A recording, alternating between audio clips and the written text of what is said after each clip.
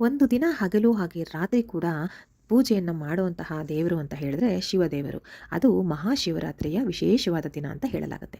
ಮಹಾಶಿವರಾತ್ರಿಯ ದಿನ ಶಿವದೇವರ ಆರಾಧನೆಯನ್ನು ಹಗಲು ಹಾಗೆ ರಾತ್ರಿ ಎರಡೂ ಸಮಯದಲ್ಲಿ ಕೂಡ ಮಾಡಲಾಗುತ್ತೆ.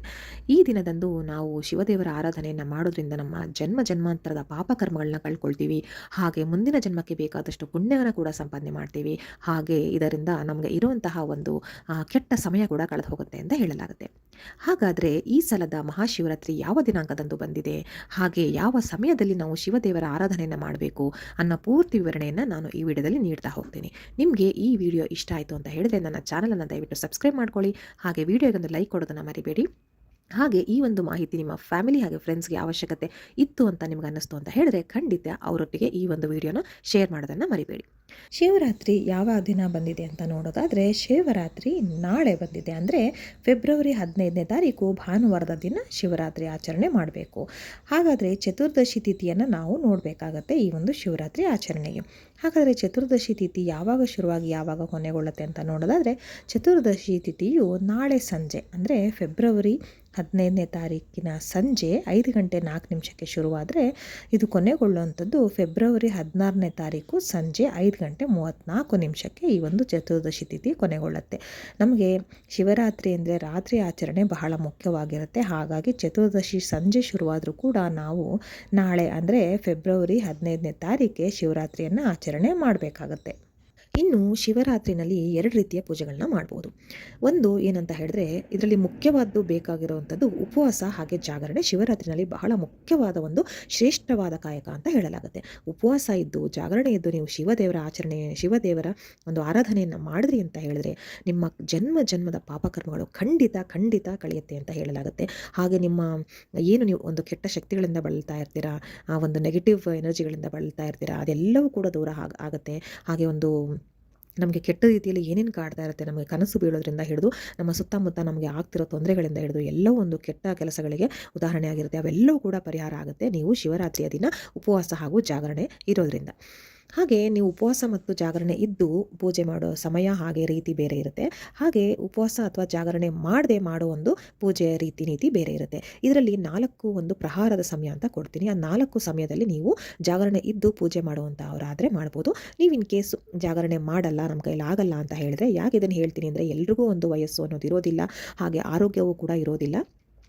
ಹಾಗೆ ಪುಟ್ಟ ಮಕ್ಕಳಿರ್ತಾರೆ ಅಥವಾ ಆರೋಗ್ಯ ಸಮಸ್ಯೆ ಇರುತ್ತೆ, ವಯಸ್ಸಾಗಿರುತ್ತೆ, ಹೀಗೆಲ್ಲ ಸಮಸ್ಯೆಗಳಿರುತ್ತೆ.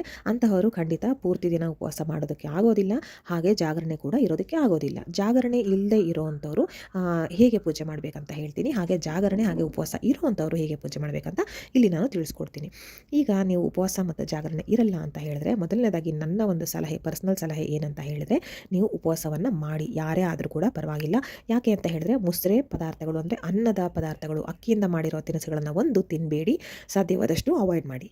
ಅದು ಬಿಟ್ಟು ನೀವು ಗೋಧಿ ಹಿಟ್ಟಿನಿಂದ ಮಾಡಿದಂತಹ ಯಾವುದೇ ಪದಾರ್ಥವನ್ನು ಖಂಡಿತವಾಗ್ಲೂ ಸೇವಿಸಬಹುದು. ಗೋಧಿ ಹಿಟ್ಟಿಂದ ಮಾಡಿರುವಂತಹ ದೋಸೆ ಆಗಿರ್ಬೋದು, ಹಾಗೆ ಅವಲಕ್ಕಿ, ಹಾಗೆ ರವೆಯಿಂದ ಮಾಡಿರುವಂತಹ ಉಪ್ಪಿಟ್ಟು, ಈ ರೀತಿ ನೀವು ಸೇವಿಸ್ಕೊಂಡು ಉಪವಾಸವನ್ನು ಮಾಡಿ. ಖಂಡಿತ ಕಷ್ಟಪಟ್ಟು ಮಾಡಲೇಬೇಕು, ಒಂದು ಒಳ್ಳೆಯ ಫಲಗಳು ಬೇಕು ಅಂತ ಹೇಳಿದ್ರೆ. ಹಾಗಾಗಿ ಇದನ್ನು ನಾನು ಹೇಳ್ತಾ ಇದ್ದೀನಿ. ಇನ್ನು ನೀವು ನಾಳೆ ಬೆಳಗ್ಗೆ ಅಂದರೆ ಫೆಬ್ರವರಿ 15ನೇ ತಾರೀಕು ಭಾನುವಾರದ ಬೆಳಗ್ಗೆ ನೀವು ಶಿವದೇವರ ಪೂಜೆಯನ್ನು ಮಾಡ್ಕೋಬೇಕಾಗತ್ತೆ. ಅದಕ್ಕೆ ಒಂದು ಶುಭ ಸಮಯ ಅಂತ ಹೇಳಿದ್ರೆ ಬೆಳಗ್ಗೆ 9:40 ಹಿಡಿದು 10:40 ಒಳಗೆ ನೀವು ಶಿವದೇವರ ಪೂಜೆಯನ್ನು ಮಾಡಬೇಕಾಗತ್ತೆ.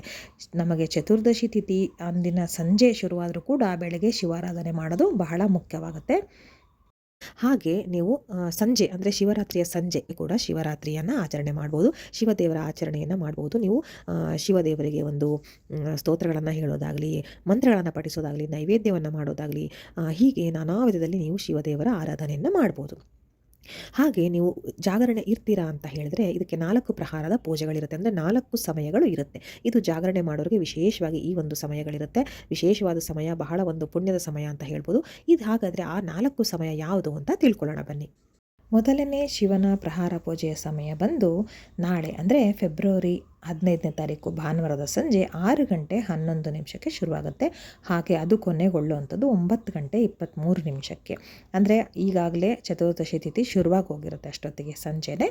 ಅದಾದ ನಂತರ ಮೊದಲನೇ ಪ್ರಹಾರದ ಪೂಜೆಯ ನಿಮಗೆ ಸಮಯ ನಾನು ಕೊಡ್ತಾ ಇರುವಂಥದ್ದು ಸಂಜೆ 6 ಗಂಟೆ 11 ನಿಮಿಷದಿಂದ ಹಿಡಿದು 9 ಗಂಟೆ 23 ನಿಮಿಷ ತನಕ ಮೊದಲನೇ ಪ್ರಹಾರ ಪೂಜೆಯ ಸಮಯ ಆಗಿರುತ್ತೆ.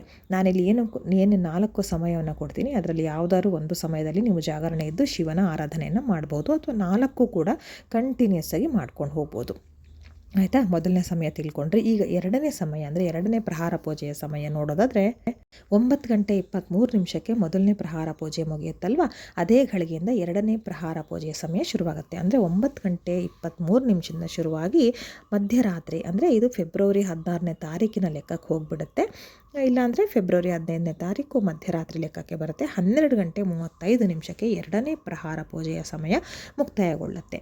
ಇನ್ನು ಮೂರನೇ ಪ್ರಹಾರ ಸಮಯ ಅಂದರೆ 12 ಗಂಟೆ 35 ನಿಮಿಷಕ್ಕೆ ಶುರುವಾಗಿ ಬೆಳಗಿನ ಜಾವ 3 ಗಂಟೆ 47 ನಿಮಿಷಕ್ಕೆ ಮೂರನೇ ಪ್ರಹಾರ ಪೂಜೆಯ ಅಂದರೆ ಶಿವನ ಪ್ರಹಾರ ಪೂಜೆಯ ಸಮಯ ಮುಕ್ತಾಯಗೊಳ್ಳುತ್ತೆ. ಇನ್ನು ನಾಲ್ಕನೇ ಹಾಗೆ ಕೊನೆಯ ಪ್ರಹಾರ ಪೂಜೆಯ ಸಮಯ ನೋಡೋದಾದರೆ 3 ಗಂಟೆ 47 ನಿಮಿಷದಿಂದ ಹಿಡಿದು ಬೆಳಗಿನ ಜಾವ ಅಂದರೆ ಫೆಬ್ರವರಿ 16ನೇ ತಾರೀಕು ಬೆಳಗಿನ ಜಾವ 6 ಗಂಟೆ 59 ನಿಮಿಷಕ್ಕೆ ಈ ಒಂದು 4ನೇ ಶಿವ ಪ್ರಹಾರ ಪೂಜೆಯ ಸಮಯ ಕೊನೆಗೊಳ್ಳುತ್ತೆ. ಈ ಒಂದು 4 ಪ್ರಹಾರ ಪೂಜೆಯ ಸಮಯವನ್ನು ನಾನು ನಿಮಗೆ ಕೊಟ್ಟಿದ್ದೀನಿ. ಖಂಡಿತ ಇಷ್ಟು ಸಮಯಗಳಲ್ಲಿ ನಿಮಗೆ ಯಾವ ಸಮಯದಲ್ಲಾಗುತ್ತೆ ಆ ಸಮಯದಲ್ಲಿ ಶಿವದೇವರ ಆರಾಧನೆಯನ್ನು ಮಾಡಿ. ತುಂಬ ಅಂದರೆ ತುಂಬ ಒಳ್ಳೆಯದಾಗುತ್ತೆ. ವರ್ಷದಲ್ಲಿ ಇದೊಂದು ದಿನ ನಾವು ಶಿವದೇವರಿಗೆ ಅಂತ ಮೀಸಲಾಗಿಡಬೇಕಾಗುತ್ತೆ.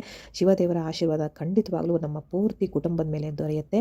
ಹಾಗೆ ನೀವು ಈ ಒಂದು ಶಿವರಾತ್ರಿಯ ದಿನ ವಿಶೇಷವಾಗಿ ಯಾವ ನೈವೇದ್ಯವನ್ನು ಶಿವದೇವರಿಗೆ ನೀವು ನೀಡಬೇಕು, ಹಾಗೆ ಯಾವ ಹೂವನ್ನು ಅರ್ಪಿಸಬೇಕು, ಹಾಗೆ ಯಾವ ಮಂತ್ರ ವಿಶೇಷವಾದ ಭಾಳ ಶಕ್ತಿಯುತವಾದ ಒಂದು ಪವರ್ಫುಲ್ ಮಂತ್ರ ಇದೆ, ಅದು ಯಾವುದು, ಹಾಗೆ ಹೇಗೆಲ್ಲ ನಾವು ಶಿವದೇವರ ಆರಾಧನೆಯನ್ನು ಮಾಡಬೇಕು ಅನ್ನೋದನ್ನೆಲ್ಲ ನಾನು ನನ್ನ ಮುಂದಿನ ವಿಡಿಯೋದಲ್ಲಿ ಖಂಡಿತವಾಗ್ಲೂ ತಿಳಿಸ್ತೀನಿ. ಮುಂದಿನ ವಿಡಿಯೋಗೆ ಕಾಯ್ತಾ ಇರಿ. ಇದುವರೆಗೂ ಇಷ್ಟು ವಿಷಯನ ನಾನು ತಿಳಿಸಿದ್ದೀನಿ. ಮತ್ತೆ ಮುಂದಿನ ವಿಡಿಯೋದಲ್ಲಿ ಸಿಗ್ತೀನಿ. ಎಲ್ರಿಗೂ ಧನ್ಯವಾದಗಳು.